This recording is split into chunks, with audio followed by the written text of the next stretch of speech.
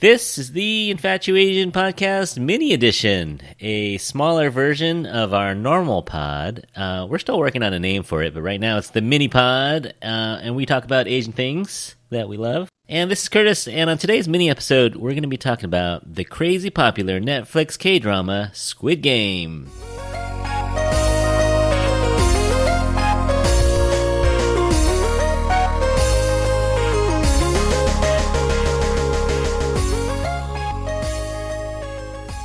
All right, everyone. So we're trying something new here. We're calling it a mini pod, but we're working on names. Someone suggested the name Suya. Suya? Yeah. Like as in like grilled meat? Midnight snack, yeah, like a little. Because the idea is like these are like, so we're gonna have our main dishes, right? Will be every Wednesday. But then every once in a while, there may be a topic that we just have to talk about, right? Like this. Call it banchan, side dishes. Oh, shoot, yeah. Oh man. If we talk about enough Korean stuff, banchan. Okay, I'll add that to the list of ideas.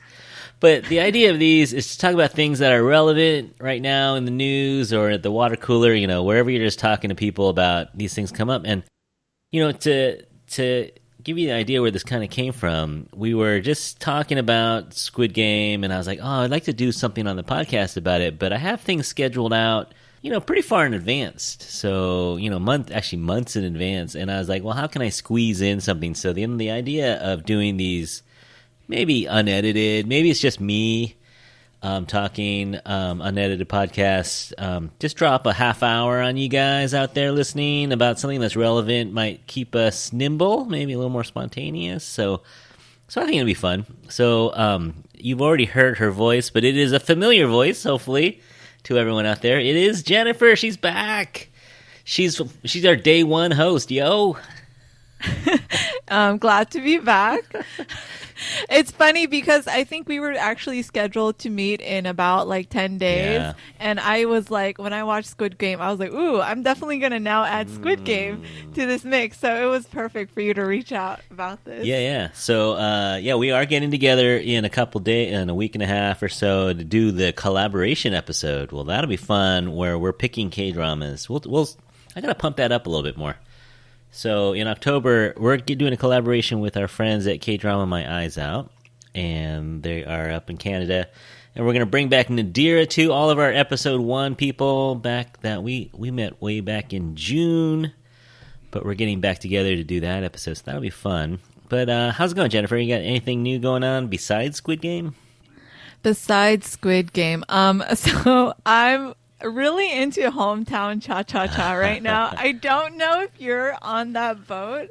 I just love the two leads, Shin Min-ah and Kim Sun-ho. I honestly didn't really like Kim Sun-ho in Startup. I know he had like crazy shippers, but it is with hometown cha-cha-cha, or I feel like I really like him as an actor, and I've always liked Shin Min-ah, and they're just so cute. I'll be honest, nothing really crazy happens in the drama. It's kind of like, but it's very calming and relaxing to watch. So it's just watching two people fall in love, living their daily lives. And so I find it very fun. Yeah. I watched 2 episodes, and I liked it, but I was kind of, where's the plot? What's, There is no plot. It's completely character driven. So if you're someone who needs like action, suspense, mystery, this is totally not for you. But it's just a feel good kind of way to it will make you feel good afterwards. It's become like my Saturday, Sunday routine. Every morning I just watch it, and then I go about my day, and it's fun. Yeah. No, you're not the only one. A lot of people have been recommending it to me, actually. I've been doing a little bit of Vincenzo. Really? It's a slow burn, man. I'm about 11 episodes in, and it's one of those dramas that I like, but I don't love. You know, like, I watch it and I'm satisfied, but it's not one of those ones where anytime I have a free moment, I'm like, oh, I gotta get another episode in. It's just kind of like, oh, I'll watch another episode. So yeah, I dropped it after episode 4. Yeah, I don't. It's not that I hated it, like you said, right? But it's just I never got back around to it. Yeah. I don't know if I'll finish. I just found out it's 20 episodes. It's 20. I thought it was 16. I think it's 20, so I'm only halfway. I was like, I could power through 5 more episodes, but I'm like, I don't know if I can power through 9 more episodes. To be honest, I'm shocked that it got as popular as it did. Maybe it was like the Song Joong-ki, or I've heard like the second half towards the end, it really gets good. Yeah. That's what I've heard. Maybe I'm halfway there. But I cannot confirm nor deny. Yeah. We'll see. I don't know. If something else comes up, that's where Squid Game just kind of came up in between, and I was like, I'll just jump on that. And that was a quick watch. So, one other shout out. I'm going to give a shout out to Deanna, Madison, and Lamb in my second period AP Bio class. They were the ones who were like, you got to do Squid Game. You got to talk about theories, and they want us to break it down. I don't know how deep web we're going on these spoilers or anything, but we will talk about it. But yeah, let me just throw this out there. For those of you who have not watched Squid Game, I think the first, 10 minutes of this pod, we're just going to talk about it in general, so we won't spoil anything. We'll try not to. But then I'll throw out the warning. When we start getting into the deep cuts of Squid Game, I'll warn you so you can turn it off. But we'll do a little background first. Jennifer, you want to describe Squid Game? And like a little one paragraph summary of Squid Game? Sure. Yeah, sure. So it's essentially about a man. His name is Gi-hyun. And he's basically really down on his luck. So he's a perpetual gambler. He's lost his job. He's over $600,000 in debt. And so his life is basically headed nowhere. He's in a deep rut, nowhere out. And then one day he's approached by Gong-yu, of all people, and he gets slapped 20 times. But then he's given the opportunity to participate in a series of games, right? So he's given a card. He decides to go play those games. And I believe the first game is called... wait, should I spoil this? Let's not get into the actual games yet. Okay. So the kids, they're playground games, right? They're like kids' games. Yeah, so they're doing Korean children's playground games, and then they realize that the total prize pot for all of this is somewhere like $45.6 million, right? So whoever wins all of these games gets a huge chunk of cash, basically transform their life. But the problem is, if you lose in the game, you will literally die, right? I think slight that's problem. where Squid Game really differentiates itself from a lot of normal dramas and normal games, because it really goes there. It really goes to that darker side. You don't expect them to just kill off people, but they do. We'll talk about that, the Netflix effect, a little bit on K-dramas. We'll talk about that in a second. Yeah, because that they would have never been allowed to air this on cable or just in general, right? This would never have been allowed, but I think the fact that it's on Netflix, that made it less censorship. Yeah, for sure. So it's short. It's 9 episodes, about 1 hour each. Let's see. So it's kind of there's been a little bit of talk lately about how it's a little bit of a ripoff. For me, it reminds me a little bit of Hunger Games, or maybe. Did you watch Alice in Borderlands, the Japanese? I did. A little bit, right? A little bit of that, where there's kind of these forces working behind the scenes, some evil but very well financed. Eye in the sky kind of people. And, PewDiePie also was calling them out for ripping off anime. I don't know, Kaiji or Liar Game. And then I watched Liar Game as well. Is it similar? They're similar in that it's people desperate for money coming to play games, but Liar Game's less intense, right? You're not shot and killed if you lose.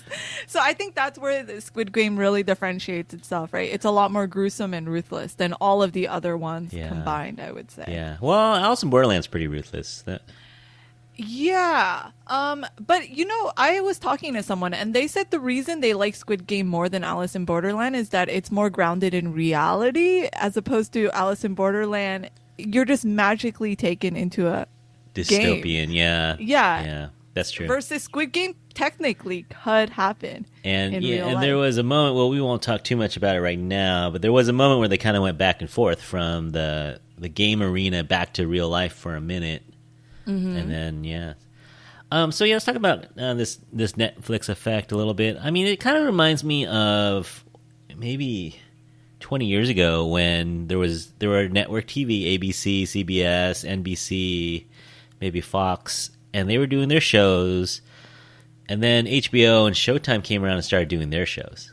And then you had Game of Thrones or Entourage, these kind of sitcom or drama, 1 hour dramas. And it kind of changed the landscape of American television, I think, forever, where it's like they were edgier, they were cussing, there was sex, there was murder, there was all this stuff that they didn't show on these broadcasts because the FCC says you can't do it. And I think the same thing's kind of happening to Korea, where Netflix is coming in and saying, no, we're going to show, like, in the broadcast, I think it's kind of funny, but the broadcast will even, like, blur out a knife, Yeah. in a murder scene. No, and then in Squid Game, we literally see someone get stabbed in the throat, which is like, it's wild. It's a lot more graphic. It's really graphic. Yeah, blood everywhere. So they just go for it. Not for kids, definitely, actually. You know what's funny? You mentioned that it's not for kids, right? But I teach 7th graders, and I hear my 7th graders talk about Squid Game, which does draw a little bit of alarm. Like, I would not expect a 12 or 13-year-old to be watching Squid Game, right? So it's kind of like a double-edged sword, right? Yeah. Netflix is easily accessible. Right. To everyone, but then it's like, would you want your 12 or 13-year-olds watching Squid Game? I don't know. Well, I live with an 11-year-old, and she said, yeah, her friends are definitely talking about it. And I said, well, you're not watching it. Yeah, I'll describe it to you. Like, I would not be. Yeah, but no, I don't think it's really appropriate for kids. But yeah, it's popular for sure. And so, yeah, Netflix is not just pushing the envelope on edginess, but it's also just throwing tons of money at these shows.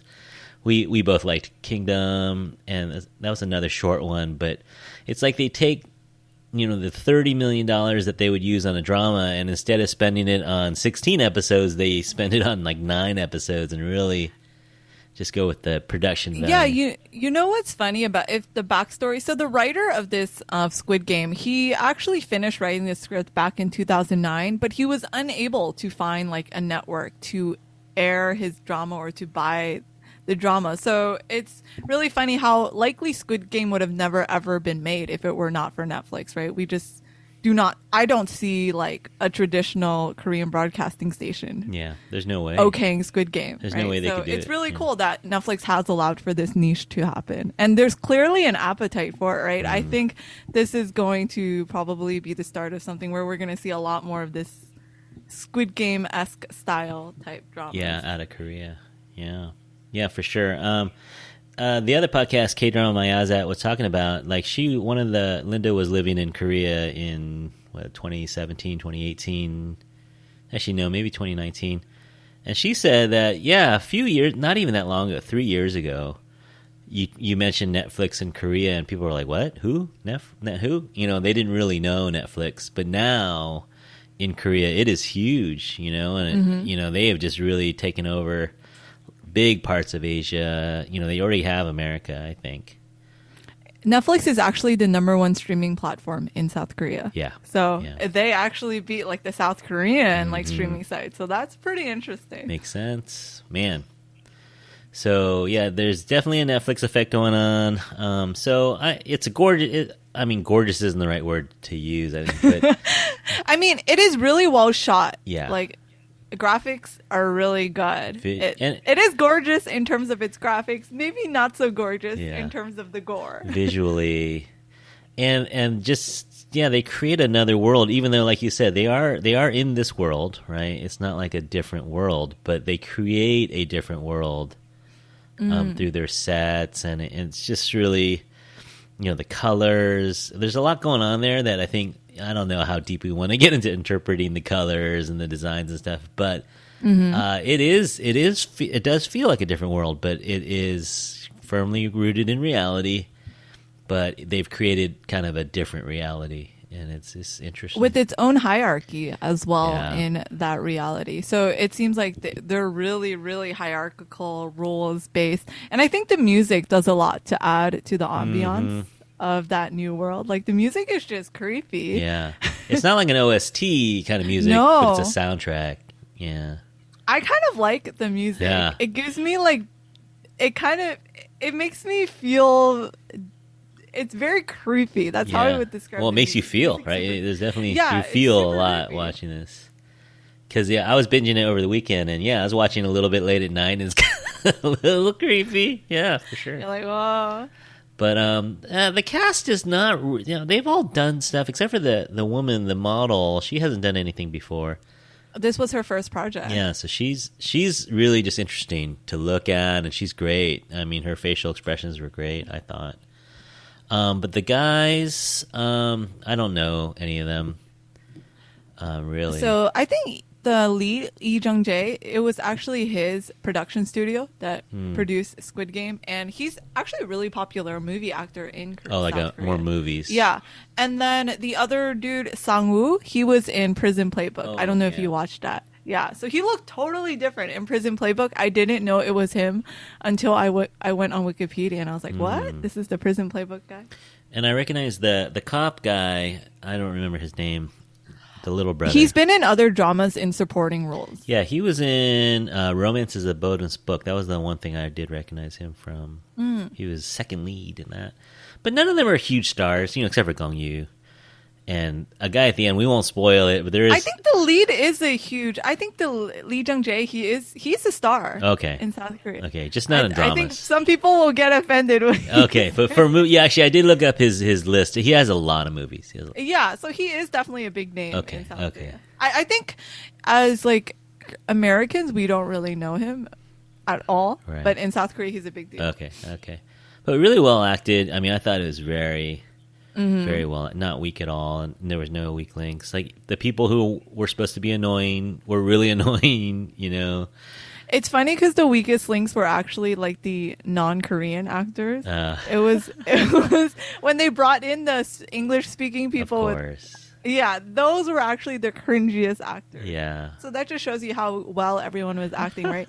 It's like it didn't feel out of place and cringy until those English speakers came in. But I mean, even within a few episodes, you already start to hate certain people, and you start to really root for other people, and that's hard to do. To establish.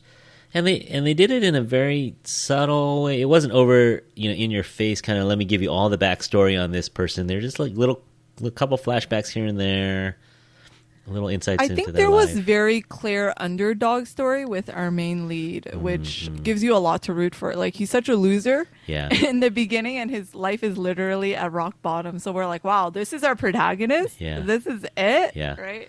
And you realize he's got nowhere to go. Like, all these people had nowhere else to go. Even if they thought they might for a minute, they realized I really don't have anywhere else I can go. And I think, I don't want to spoil too much, but someone was saying it's like, well, this hell is better than the hell out there. Yeah. Right? Yeah, that was an actual line, right? That was... I believe so, yeah. And I think that was really poignant, right? The fact that you would rather just risk your life than go live in real life. Yeah, it's worth it, I guess. All right, well, I think that's about the end of it. That's as far as we can go. Without spoiling it. So those of you who have not watched it yet, go watch it. Pause this right here. I don't know what minute we are, but pause this here. I'm going to play a little music here. we'll play a little song. When the song is over, you better have gone away, because we're going to spoil some stuff for you, because we're going to talk some theories and really talk some of the episodes with you. So go away but come back after you watched it. All right.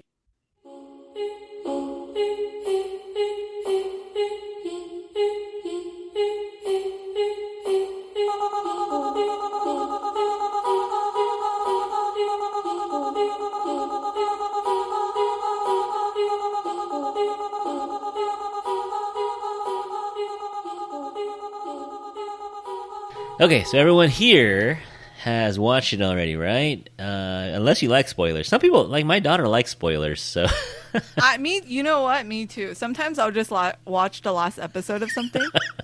Like I will just go to the last episode and be like, okay.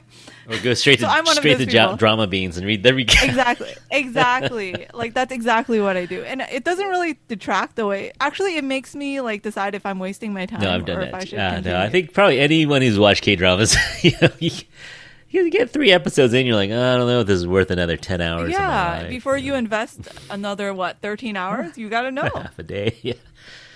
All right, so yeah, I think this drama really paints a good picture of how low you can get in life. You know, the main character Jian is divorced, his wife has his kid, and remarried to someone who's successful. He's got gambling debts. He wins, but then he loses the money. Do you want to know the exact amount he won? Oh no! At the racetrack, he won no. At the racetrack, guess how much he won? It's like $4,000 or something. $4,560. Oh. Does that number sound familiar? Oh yeah. That's like his number, right? And then his number is 456, and the jackpot prize is 45.6 million. So we see that number occur again and again and again. And I don't remember the exact translation, but apparently in Korean, that's like an auspicious number. 456. 456. That's like a number for like you're gonna turn a new tide, something good is gonna happen to you, etc. Right? So it's like every single number is kind of symbolic. All right, good knowledge, Jennifer. And I didn't come up with that. I got that from a video.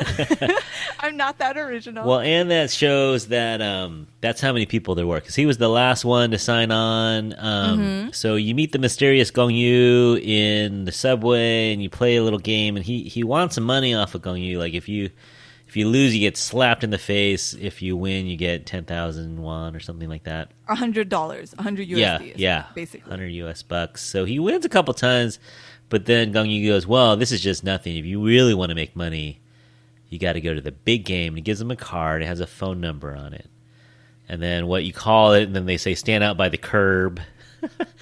And a minivan. It looks like.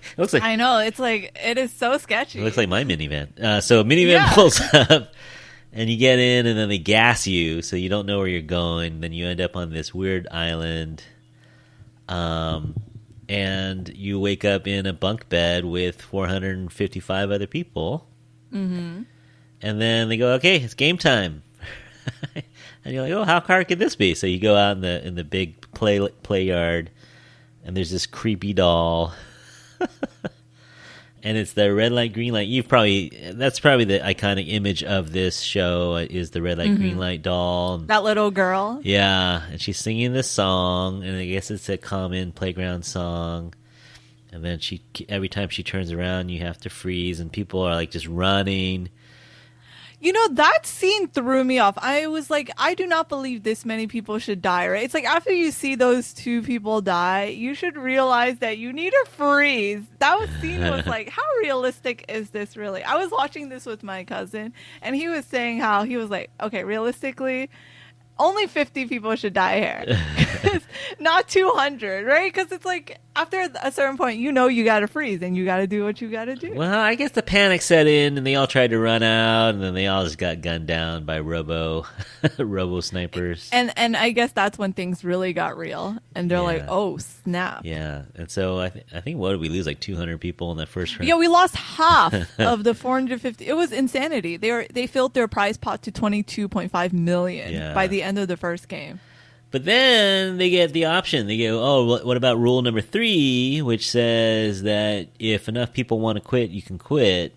And so everyone votes, and it comes down to the last You know what's guy. funny, though? It was Song-woo who initiated the vote, but then in the end, he actually was one of the people who voted to stay, right? After he saw how much the prize pot was. Yeah, I wonder what that was all about.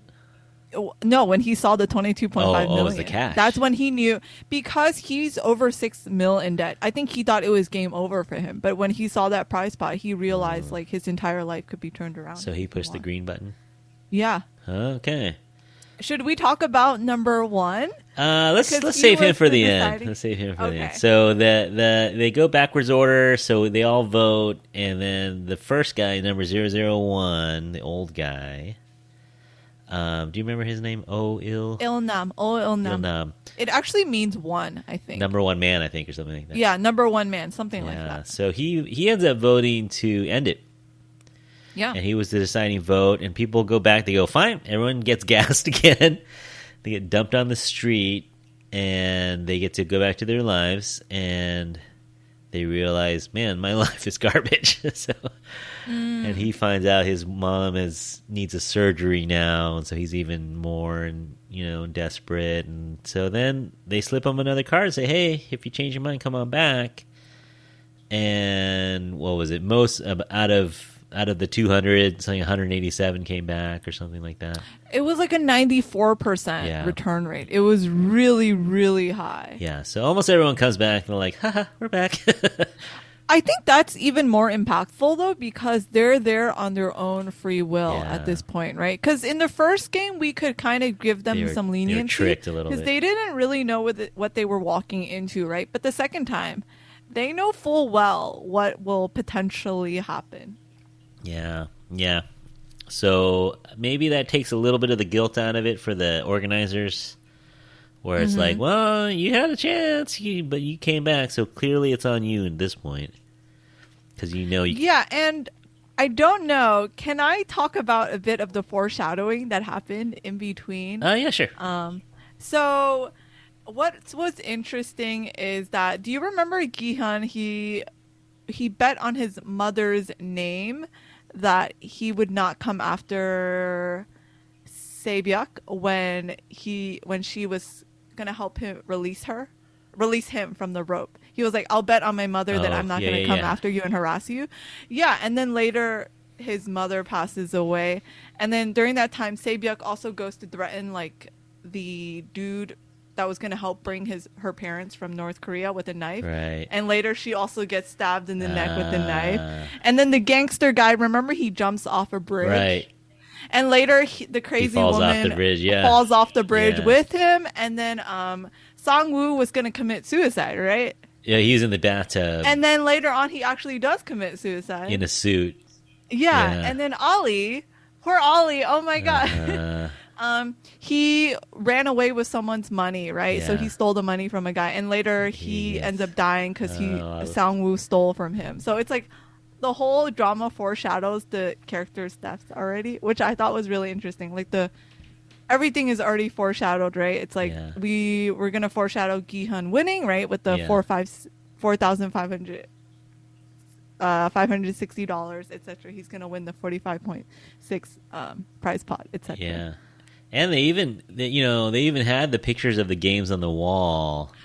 I know, that was so crazy. No, you know what's funny? I didn't know until I went on Reddit and someone made that comment, and I was like, no. And I had to go back and rewatch some of it, and it was 100% correct. That's crazy, right? Because they were literally killing each other to find and out trying the to figure out. Yeah. What the games were when it was literally staring them in the face the whole time. Well, they had the bunk beds all stacked up there, I think, so you didn't really see it. And then No, but what about once they moved some of the beds outright? Yeah. I'm shocked that they didn't integrate that into the plot. Yeah, at one point someone's going to look up and say, hey, wait a minute, the next one's tug of war. Yeah, I'm like, hold up. So we have kind of a side plot going on. We have this cop, and he follows Gi-hun back the second time. When they go back the second time, he follows along. It's super obvious that he's following them, right? Because they're on a deserted road. But anyway, he follows them, and somehow he jacks up one of the guards and throws him in the water, and he takes his uniform. And the guards are masked, so you don't see their face, and they only have numbers. And so he takes his uniform, and he kind of pretends to be one of the guards for a couple days. But his whole reason is because his brother disappeared 5 years ago or something like that. No, it was apparently his brother disappeared recently. Oh, yeah? Yeah, that is the strange part, where his brother was, I guess, living as like a poor student for the longest time, and then he just randomly disappeared recently. But I thought he won in 2015 or something. That's the part that doesn't really make sense to me, because if he won, shouldn't he just be living an extravagant life right now? Yeah. Okay. Why is he going back? All right. And why was listeners he living out like there, a if poor you have an student? answer for us, like, because it was 2015 or 2016, right? One of those years. He won then, but he continued living as like a poor student. just And recently- remember? Yeah, remember the cop even had to pay for his brother's like Goshiwon, like the study room. Huh. So none of that makes sense to me. I would like more clarity or theories All on right. that one. So, yeah, listeners out there, give us your theories on that one. So, anyway, so this guy is running around posing as a guard, and he's getting his own. There's kind of this whole nother side hustle going on where people are selling organs, and he's involved in that. I know. So it's just super shady stuff going on, and he's trying to figure stuff out piece by piece too. But it makes you realize that the guards are actually prisoners too. They don't seem to be living free themselves. They seem to have a lot of restrictions placed on them as well. So it makes you wonder, who are they? And they don't And it tell looks you. like a lot of them were young men. Yeah, It's like, I'm wondering, were these young men in the same situation yeah, as a lot of the contestants, right? Which is a really yeah. interesting. And you don't really find out. Some of the managers have a little bit of power, but they still don't seem like they can just come and go when they want to. They have to follow the regime. Yeah, 100%. So there's that side story going on, and then we have a couple more games. The Dalgona game, where they get the carve out of the sugar, and that one gets another 50 people out or something like that. And then we get game 3, which is the tug of war, which is going to eliminate half of the people. And that was pretty clever. I thought that scene was one of the more clever scenes, where the old man actually ends up being the key, even though no one wanted him on the team. Mm-hmm. He ends up being the key, and we may know why. Well, technically, they were going to die if it were not for Sang-woo. So the old man's strategy worked. For a minute, yeah. For a minute, right? Yeah. But eventually, they were going to all die again if it were not for Sang-woo's like, all right, everyone, we just gotta let go and run up, and it worked. Physically, I don't know if that works, but yeah, but it was still. That was one of the more fun games for me to watch personally. Yeah, and then we get game 4. Game 4 is the marble game, the most brutal, where they say, "Hey, find a partner," right? And of course, you're gonna find someone you trust and you like. Right? So you partner up with someone. So we have a husband and his wife partner, Oh my gosh. We have friends partnering up, and Kian. Ali and Sang-woo partnering up. Yeah, Ali. Because Ali totally trusted him. And then you have Kian and 001. Yeonam partnering up. And he doesn't want to, really, but he feels bad for him. So he's like, I'll partner up with you. And then Se-byuk. Do you remember the girl with Se-byuk? Yeah, I liked her. I forgot her name, though. Yeah, she just said it at the end. She goes, my name is this. But she was kind of mysterious and kind of sassy. But you kind of liked her. I liked her right away, like as soon as they're like, oh, why'd you pick me, And remember when she said, if you're my partner, I guarantee you will win. She said that? I guarantee you'll win. Yeah, so she said that before. Because Se-byuk was like, why should I be your partner? And she said to her, I guarantee you will win if you partner with me. Yeah. And so when she said that and then the game began, I was like, oh, snap. Yeah.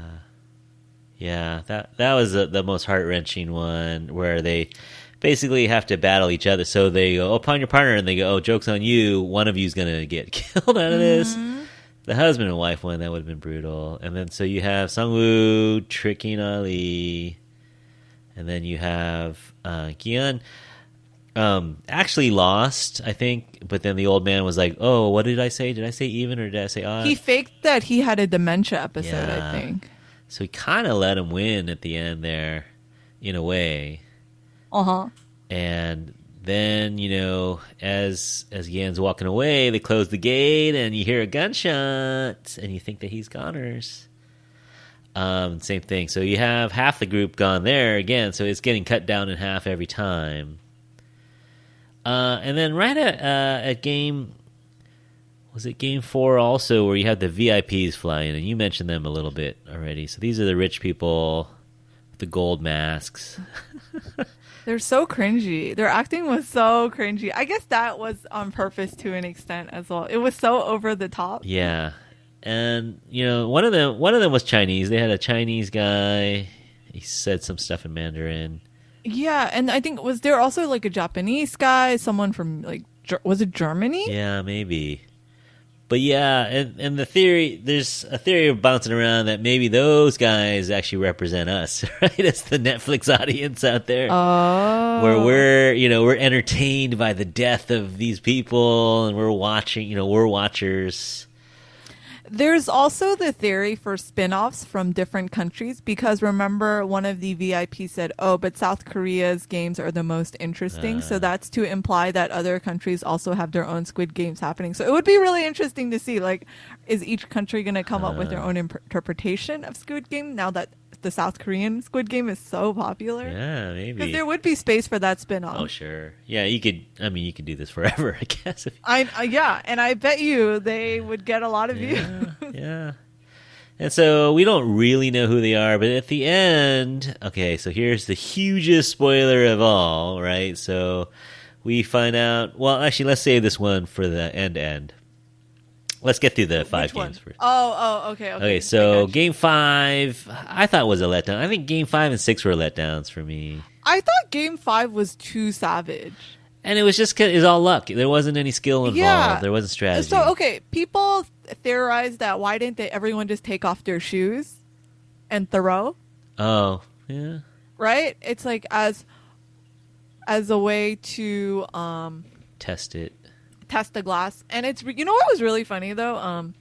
You know how they had to pick their position in line and our main character was about to be number 1? Yeah. But then this one guy says, "I've never been number 1 in my life. I've never taken charge." And so the one time he does that, it's literally the worst choice ever. Yeah. I just found it to be too ruthless. Like, realistically, there's not really a way for you to survive unless you're really at the very end. I just thought there should have been a better way so that more people... Yeah, like, it just didn't make sense that so many people would have to die. Like, I'd rather they have more games than do it like that. But I guess they have to get the main characters into the last game on their own. And it's not really a kid's game either. It's just kind of, I don't know. I just didn't like it. It wasn't... I mean, it was tense, but... Again, it's just all luck. It's just like, or savageness. You just push someone, but other than that, how are you going to figure? So anyway, that happens, and there's a big explosion, and our girl, number 67. This makes me so mad. Yeah. It's so unnecessary. Yeah. But I guess they really wanted the showdown between the two guys. They did our girl so dirty. They did her bad, yeah. So she got stabbed by glass, and so she's bleeding to death. And then Song-woo just makes sure she dies. She's gonna die anyway, but I know. Stabs her in the neck, and then it's like, so she's goners. Kind of a lame way to go. Yeah, that's what I thought too, because her character was so cool. Yeah. And just well written that I felt like they didn't do her death any justice. Yeah. Yeah. Like, I would have liked her to die maybe sacrificing herself for someone. Yeah, or figuring something out, or... Yeah, like, but the way she died was super lame. Really lame. Yeah, like, oh, I got stabbed, now I'm bleeding to death. Oh, no, and Take then care now of my brother. I got stabbed in the neck. Yeah, black. It was so lame that it just didn't make any sense. And I felt like she was the one who deserved to win, right? She was clearly the one who she had good motives. Deserves to win the most, right? Yeah. But then they just give her the worst death because I guess it has to be a showdown between Ki-hyun and Sang-woo. Boo. All right, so the sixth game also kind of lame because they bring up the whole... Here's the title of the show, right? Squid Game. So now we're going to play a Squid Game, and guess what? It's just going to be a fight. I know. What was that even? That was so... It's like, here's the rules lame. of the game. You got to hop on one foot, all this, and then, let's just fight and stab each other. You know, I'll be honest with you. I still don't know what the rules of the game are. Yeah. They explained it in the first episode, but I found it so confusing and complex. Like, I was like, huh? I don't understand it. Like, if you're going to name your whole show over something, it should be more... Something that people... Well, maybe epic? people in Korea know, but... Yeah, maybe it's a cultural misconnect. Like maybe we just don't understand it because we never played it. Yeah. It doesn't have any significance to us. didn't, Right? Maybe it yeah. would be our hopscotch. So, I mean, is it a physical game? Is it a game of wits? You know, it seems more like a physical game, but we never really find out because they play like for 2 seconds and then they just start fighting. And then it's just like, okay, let's just stab each other. It turned into like a wrestling match, basically. It's a slug fight, and it's a knife fight, and it doesn't go well for Sung-woo, even though everyone comes out there pretty bad. Also, the way he was gonna like kill Gi-hun, and then 1 minute later, he just completely does a 180. Lies on the ground and stabs himself. Yeah, exactly. Like, I don't understand that. How was he so ruthless, right? He was the one who did all the bad stuff, right? Yeah. He was the one who lied to Ali. He's the one who pushed that one guy off the bridge. Right. Like, he was willing to do anything to win. And then towards the very end, he just has a complete different changing character. I find that very hard to believe. Yeah, and our guy Gion was willing to give up the game. He was like, if we just both agree to stop this, we'll just walk away from here. I don't agree with that either that because point. at this point, too many people have already died. It's either all or nothing at that point. Yeah. I think if you've gotten to the point where you're the last two people remaining, one of you has to win. You've already seen too much. Yeah, exactly. You're not recovering from this. Yeah, like there's no going back from here. Yeah. Okay, so you might as well be $45.6 million richer. Yeah, you have blood on your like, hands, right? Yeah. I would rather have $45 million and be miserable than be $600,000 in debt and be miserable. It's still miserable. If I had to pick one, I feel like at that point there is no return. Yeah, no, I agree. So anyway, so kind of a weird, not weird, kind of weak ending at that point. But then, bum, the big reveal. So Gion gets the millions of bucks, takes out $10, and that's about it. You know, just kind of sits in his home as a hobo, lets his life just kind of keep spinning. But he's a millionaire. Do you understand that? The fact that he didn't touch the money? I guess it's blood money, right? He doesn't believe he deserves it. He doesn't believe it should be used, right? I don't know, man. But I was thinking, at least get the kid out of the orphanage. Come on, man. Which he does. A year later. I know. How could he sit around as a bum for a year with 45? I just don't understand that. Like, yeah. I feel like that was more symbolic than realistic. Like, take a week, take a month.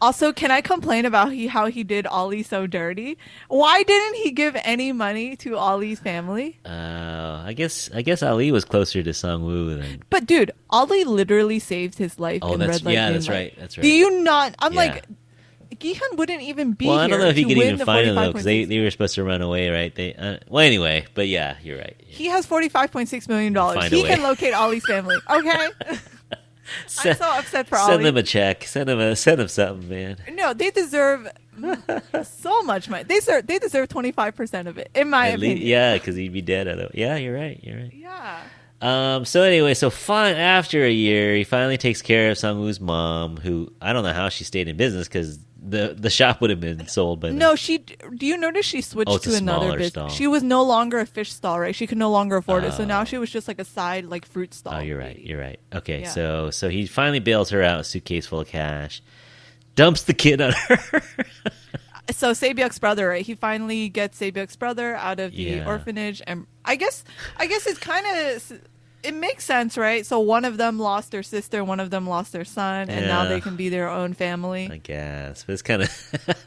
I mean, I raise kids, right, for a living right now, and it's kind of a big responsibility just to dump on someone, even with money. Well, she lost her son, and that's true. so I think for her it makes sense, right? It's her thing. It's yeah. a chance to start anew. Yeah, that's true. I mean, she seemed like she would like to be a mom, so Yeah, absolutely. she is still 70 though. But you know what? The kid will have $45 million. He will be A-okay. Yeah, hire a nanny. Yeah. So She no longer has to sell fruit. So then after a year, Hyun just comes out of his house and gets called to the bank, and he's like, is there a problem? They're like, why don't you use any of the money? And then he gets a weird card, right, the Squid Game card again from the flower vendor. So Oh, yeah. gets the card and says, meet me on this floor, the 17th floor on this day, this time. And So he goes up to this mysterious thing, and he sees the old man, 001, Il Nam, number one man, on his deathbed. This time for sure on his deathbed with oxygen. Yeah. But no doctors or friends or anything, just a dude in a bed. And so it makes you realize, man, this old guy was pulling the strings the whole time. So what are your thoughts on that? How did you feel about his reasoning for putting on the games? So if I remember correctly, he was saying how when you're super rich and when you're super poor, the struggles are the same, right? You can no longer really enjoy your day-to-day life. I guess I wouldn't know, but we wouldn't know, right? But how did you feel like, does that resonate with you at all? Where the reason he put on the games is so he could escape his own boredom? Yeah, I don't know. I mean, come on, man. Just buy a yacht or something. Or But he was saying how those things would no longer bring him any joy, right? He needed to feel like there was some... I guess that's why Squid Game is so ruthless, right? They need to feel like there's some kind of stake in it. Yeah. And I guess the contestants become kind of like the animals, the cattle that they're betting on. Yeah, I don't know. Yeah, no, I like the horses that they're betting on, right? Because the VIPs were betting on who would win. And he did say that, we found other people who felt the same way, and so they pitched in. So they just this elaborate and the cop that we didn't talk about that much, but he found the archives, and it goes back to '99, right? So it goes back 22 years. So it's been going on secretly for a while, which I think is kind of far-fetched that no one would catch on to this at this point, call the cops or, get on TV and say, hey, this thing's going on. But would anyone believe that? Right? Remember when Gi-hyun went to the police station? They laughed him out like he was crazy. That's true. And they don't know the location. Yeah, because you literally know nothing. The cop would have been the perfect whistleblower, but he got killed too. Yeah, he tried. Cell service, man. I felt like his character was kind of a waste. I thought his plotline would go somewhere. It was going somewhere, and then he just died. And I was like, "Are you serious?" Well, let's go into theories here. Is he dead? Did you see his body? That's the thing, right? We can never really confirm. I have a feeling they're gonna bring him back somehow because the way he died was too sudden. Like, he was set up to do something epic. Yeah. And then suddenly they just killed him off. That doesn't make 100% sense. Anytime you fall in water, too, there's always a chance, right? Exactly. Look what they did with Il Nam, right? We heard the gunshot, but we didn't see his body. Yeah. And so until you see a bloody dead body getting cremated, you cannot even be sure they're dead. Yeah, people wanted Ali to be alive, but he was in the box, right? He was. I'm unfortunate as much as I'm on Team Ali, but I actually do think he's dead, unfortunately. Yeah. But the other theory is, so it turns out that the front man, the mysterious front man, he's the guy from Mr. Sunshine. Lee Byung-hyun? Yeah, he's been in a bunch of stuff. He speaks English really well. The moment I heard the English, I knew it was him. It was him. Yeah, he's got his English is very like he's been in a couple of Hollywood films as well, and that's basically his voice. Yeah, I mean it's good English, but there's a slight accent. Yeah, I have a feeling he's gonna be a main character if season 2. Oh yeah, he's gonna be the main season 2 character. He's got to pull the strings now. Yeah. Yeah. So we reveal him, and it turns out he's the cop's brother, and he was a former winner. So it sounds like maybe the former winners get kind of involved, maybe in a way. Is this like the Hunger Games where you bring back all the winners? Maybe, yeah. And you get that would be interesting season 2, right? You get elite status, yeah. Yeah, and then we play even more intense games. Yeah, and you're pulling the strings this time. Yeah. So there's that story, and then you ready for ultimate theory number 6 or whatever? Go for it. Maybe they're all related. So Il-nam's the dad. Huh? Right? Okay. So we don't ever meet Gi-hyun's dad. But there was that wouldn't make Gi-hyun would know his dad. Oh wait, are you saying he was raised by a single mom? Yeah, and there was a scene. So here's the milk scene. So there's a milk scene where he's like, "Oh, can I have chocolate milk? I can't drink milk." And the old man goes, "I bet you were beat a lot as a kid." And he's like, "Yeah, how'd you know?" And he goes, "Yeah, because my kid did the same thing, and I beat him up." Oh, Yeah, remember that? Wait, I didn't even remember that. And in the marble scene, they're like, "Oh, this reminds me of my little alley that I grew up in." And Guillen's like, "Yeah, me too." Strangely, huh?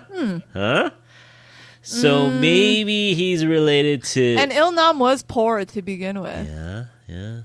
And so he recreated like all the childhood games kind of to reminisce, I think, too. But maybe he's related to the front man and the cop as well. Maybe somehow. I don't know how strongly I believe in this theory. I don't either. But that'd be interesting, right? That'd be interesting. Yeah. That they're actually related. So yeah, I don't know. Any other crazy? Yeah, let's talk about Gi-hun's red hair. Okay, yeah. What does that mean to you? I think that one's interesting. I was watching an analysis video yesterday, and they were saying how remember all of the guards are in red and pinkish. Yeah. So the fact that his hair is red means he's now gonna try to maybe infiltrate. Yeah. He switched sides and turn into one of the guards. You know, that's another thing I didn't understand. I thought the guard would actually try to help Gi-hun. But he never did. Oh, you mean the cop? The cop would, I thought the cop would try to help Gi-hun. Yeah. Because he knew him. Like, he got there because of Gi-hun. Because he talked to him once. He's like, hey, have you... Yeah. All they did was say one thing to each other, and that was it. But I was shocked that they didn't get more help from him. Yeah, I was waiting for an alliance somehow there, too. Mm-hmm. So who are these guards, man? I don't know. You know what my theory is? I think they're North Korean defectors. Ooh. Because that would make the most sense, right? It's like where they have to do it. Yeah. No other choice, etc. Yeah.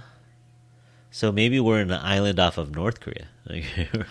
Oh, whoa, that would be interesting. No, I don't know. Yeah. Because they had the Chinese smugglers were doing the organs. So that Wait, were they Chinese? They were talking about how the people buying the organs. Oh, they were Chinese, yeah. So the boat was from China. And the front man actually said, I don't even care if you sell them or not, just just make the games fair. But they were messing with the equality of the game. Which is kind of weird because... Also, why was the front man even need to be the front man? Why didn't he just go live his life with all the money he won? Yeah, maybe he's just sick. In the head, he's just kind of a sick dude. Likes it. I don't know. Maybe he's like an Il-nam now. Yeah, I mean, he has his own mask, right? He's got his own kind of, secret identity. So yeah, pretty clearly, it sounds like we're gonna have a season 2. I don't know what that would be like. It's sort of like the last part of the Hunger Games trilogy, right? Where it's kind of more crazy, take down the man. I have a feeling it's going to be a take down the man-esque. Yeah, because maybe there's a man behind the man. Maybe Il-nam was not the number one man. Maybe there's another... Oh, a man behind Il-nam. I don't know. Because someone's got to take over, right? There's still really a lot of rich people funding it, right? Yeah. There's like billionaires all around the world who are funding it. So really, where does it end? Yeah, but they don't get anything out of it, right? They just... Is there like wagers? They gamble. They gamble. It's like horse race. It's horse racing. Think about it. Yeah. Remember Gi-hun bet on horses? They bet on humans, right? But to both of them, it's just a game. Yeah, but are they making money on it, you think? I guess maybe they televise it or something like that. Do the billionaires need to make money on it? Right? Typically... do you need... If you're a billionaire, do you need to make money from this? I don't think so. Well, let me tell you, Jennifer, as a billionaire myself... You're like, I don't even have $45.6 million, unfortunately. I might be a contestant. You don't know. You might see me on that show. Oh, my goodness. No, do you think anything like Squid Game exists in reality today? Would we be shocked? Well, I mean, not as extreme, but, UFC is kind of, these guys are beating their brains out for cash, in a way, and fame. And, it reminds me of, those underground fight clubs. Yeah. But yeah, it's just so cruel. I mean, there's everyone gets mad about dog fighting or chicken fighting or something like that, but there's something about seeing humans beat each other up. When you're at school and there's a fight, it's a weird sensation when the kids just go freaking crazy, man. When there's a fight in the courtyard and everyone's just going, ooh. But I feel like it resonated with a lot of people in a similar way where Parasite resonated with a lot of people because it really paints the picture of like income inequality and how some people genuinely have no way out, right? So for all the contestants who participated in Squid Game, they really had no realistic way of paying off their debt. Yeah. Like they were actually just going to be in debt essentially forever, right? Like that's why Song-woo was going to kill himself. He owed over 6 million. And Gi-hun even said, right? It's like, you're smart. You can figure out your way out of this. He's like, how am I going to figure my way out of paying off $6 million? Yeah. Yeah, it's a cautionary tale, right? There's like some kind of like, hey man. And you can even argue that the creators of Squid Game think they're doing something great for like these poor people, right? They're offering them an out. Yeah. Like obviously not everyone, but they're saying if you're worthy, if you're the winner, then you can change your life. Yeah. And if you think about it, society does not offer that. So they're offering a service that society does not. And, you know, this is the thing with gambling, right? Is that they make you think that you can win. You know, they make you think that you're smart enough or that you can beat the system just enough to win. And so, yeah, these games are all pretty easy. You know, they're not too hard, so you can do it. Yeah, but if you do the math, it's always it always favors the house. The house always over the wins. Long run. The house always wins. Yeah, one or two people can win, but not on the long run. The house always wins in the long run. 455 of you not going to win. You know what's funny? I wonder, did the people know that eventually there could only be one winner? You would think, right? But no one ever explicitly asked that question, and the way they framed the game, it made it seem like, oh, as long as you just passed all 6 games, you could win, right? Yeah. The way it was framed, but realistically, only one person could have walked away. Yeah, it's interesting though. But if you watch the montage of the actual Squid Game in the beginning, it was a team, right? It was teams winning. So maybe there would have been a chance if there were 3 of them. But I guess there was technically no limit in the bridge one of how many people could survive, right? Yeah. And then with Squid Game, right? The reason I guess it was just 1v1, right? It was offense versus defense, so it made it seem like only one person could win. But if there were 4 contestants in the end, maybe one team would have won, right? Yeah. The offense would have won, or the defense would have won. I think there had to be scenarios where there's not just 2 people. Yeah, there had to be scenarios. That would be. I think that's good for season 2, maybe. Yeah. Yeah, because it did make it sound like teamwork was going to be a thing until the bridge game. The bridge game was something else. Yeah, not a fan of the bridge game. Not a fan of or the marble game. Marble game was savage. I felt like the bridge game was the most unfair of all the games. It's just, I thought it was the least interesting because the only way to win is to be last. That's like there was really not any secret strategy. Yeah. Like, okay, maybe the glass guy at the end who could see the light. But then even then, they ruined that, right? They were like, let's turn off the lights. I'm like, that's so unfair. Rigged, yeah. All right, man. Well, that was a fun one. Overall, you watched it. What would you get out of 10 stars? What would you give it? Out of 10? Yeah. I would get. I think I'm gonna get some hate for this. I would give it an 8. It's not the best thing I've ever watched, but it definitely kept me at the edge of my seat. Yeah. I might be a little higher, 8.5. It's not the perfect drama. You know, we pointed out a couple things we didn't love about it, but yeah, for entertainment, for getting your adrenaline going a little bit, your heart pumping a little bit. It's fun. You know, the characters are great. I think the acting was great. And I think it will do for Korean dramas what Gangnam Style did for K-pop. Okay. Like, it's going to be that one runaway hit, and now more people are going to be interested in it. Yeah, I mean, it's number 1 on Netflix, and it looks like it may... So, definitely the highest rated Korean drama ever, but it may... I'm so surprised it's number 1 in the U.S. When I saw that, I was like, am I seeing this correctly? Yeah. A Korean drama is number 1 in Netflix U.S. I think we've seen it... Okay. Some things break the top 10 before. Sweet Home, I think, hit number 4. But... I never expected a Korean drama to hit number 1. I was like, huh? But I think they're saying that it may go on to be the top watched drama ever. No, yeah, ever on the streaming platform. Yeah. I think that's a huge accomplishment. That's a big deal. Yeah. Because, that just highlights the quality coming out of South Korea. Which I think is much deserved. Like, I think their production quality, their writing has been, like, top notch for compared to most countries for a long time, and now they're finally getting like a lot of the recognition that they deserve. I mean, I honestly, now when I watch an American or British show, I'm kind of like, I don't know. Like, I don't watch them anymore because the acting and writing are not. The writing is really not good. It hasn't been good for a while. Yeah. Yeah. Well, maybe it's just kind of diluted because there's so many producers now where, I don't know, like your average show on ABC or one of these big networks, it's not that compelling, but the stuff coming out of South Korea has been so good now. For sure. And I don't mind looking at beautiful Asians or, like seeing some black hair on the screen doesn't bother me a bit. I know. Yeah, I think that's really interesting. I don't even mind reading subs anymore. I think for a lot of people, the biggest downside is reading subs, but once you get used to it. Yeah, and you have to it's kind of just something you have. Have you ever watched an English dub? Netflix has that. I don't because it's so cringe. I cannot do it. It ruins I feel like it ruins the ambiance of the drama for me. Yeah, no, I'd rather read. I'd definitely rather read. I'm the same with anime. I refuse to dub. Oh, yeah, okay, yeah, because it never matches up. All right, folks. Well, that is our quick hit. It actually came out to be almost an hour, but oh my god, it's supposed to be half an hour. This is supposed to be a mini pod. Well, it's more spontaneous pod, not necessarily mini. I guess unfiltered a little bit more maybe, but yeah, thanks for coming along, Jennifer. It was a pleasure. We'll see you in like 10 days. I know.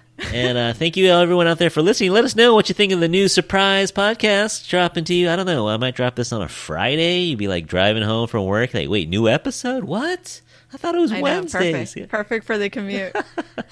So anyway, thanks for listening, everyone. Let us know if there's anything you want us to do a mini pod on. I was thinking maybe Cowboy Bebop. Maybe do a little bit of that. Oh my gosh. What else is coming up? Maybe when, if a music video drops or something, we might have to talk about. And again, it might just be me. I mean, we couldn't get Nadir on because of the old time difference and all that stuff. Yeah. So it's easier for me just to do it by myself or with one guest. So we'll do some more of these. But until we do, thanks for tuning in. And you can always write to us at infatuationpodcast@gmail.com. And please follow us so you'll know when these new episodes come, these special little mini pods come. If you follow us on Instagram, so you gotta get on the gram so you know when these things are dropping. And we are at the Infatuation Podcast on Instagram. So follow us. You can see behind the scenes looks at some of our recordings and stuff like that. But until we talk to you again, we hope that you're all happy, healthy, and safe out there. And we will talk to you soon. Bye. Bye.